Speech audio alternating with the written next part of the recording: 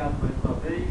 Lembrando que a sequência só vai valer se os juízes levantarem o cartão verde. Para você que está em casa poder acompanhar e entender, Pedro, antes de começar, vamos explicar para quem está em casa porque eu estou recopos.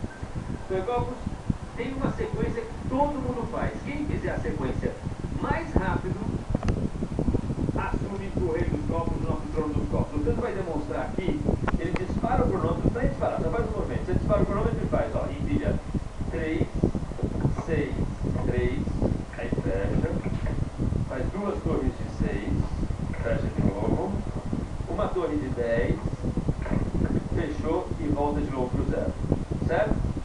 Quem fizer isso mais rápido, assume o trono e fica o guardião e o dono por 50 mil reais. Se ninguém bater o tempo dele, ele leva 50 mil reais para casa, certo, Pedrão?